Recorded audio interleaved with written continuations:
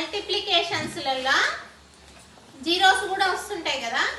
మరి ఫస్ట్ మనకు మల్టిప్లికేషన్స్ రావాలంటే ఏం రావాలి? టేబుల్స్ రావాలి. మరి టేబుల్స్ ఎక్కడి నుంచి నేర్చుకుంటాం మనము? ఫస్ట్ జీరో టేబుల్ నేర్చుకోవాలి. జీరో టేబుల్ నేర్చుకున్న తర్వాత 1 టేబుల్ 2 టేబుల్ 3 టేబుల్ అలా నేర్చుకోవాలి. మరి జీరో టేబుల్ చూద్దామా? 0 0 జా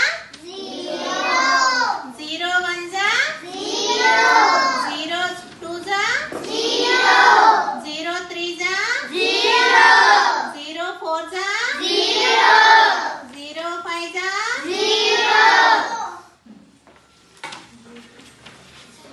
0 10 జా